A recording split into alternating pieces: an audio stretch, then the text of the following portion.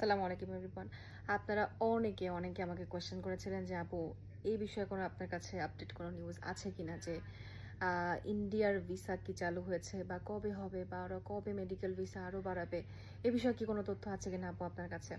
এই বিষয়ে আজকে আমি আপনাদেরকে জানাবো।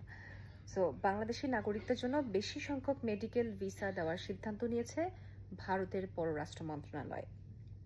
রোববার 10ই আগস্ট এই সিদ্ধান্ত কার্যকর করা হয়। অর্থাৎ এখন থেকে অনেক বেশি মেডিকেল ভিসা দেওয়া হবে ভারতে যাওয়ার ক্ষেত্রে।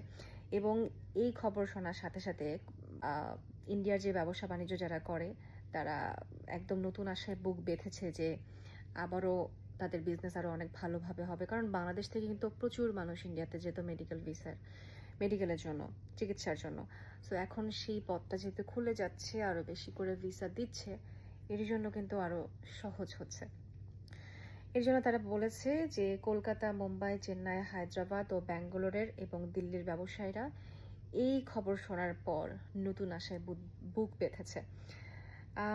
এবং অনেকে বলছেন যে এটা ভারত এবং বাংলাদেশের সম্পর্ক আরও ভালো করার জন্য একটা নতুন দিগন্তের সূচনা করবে।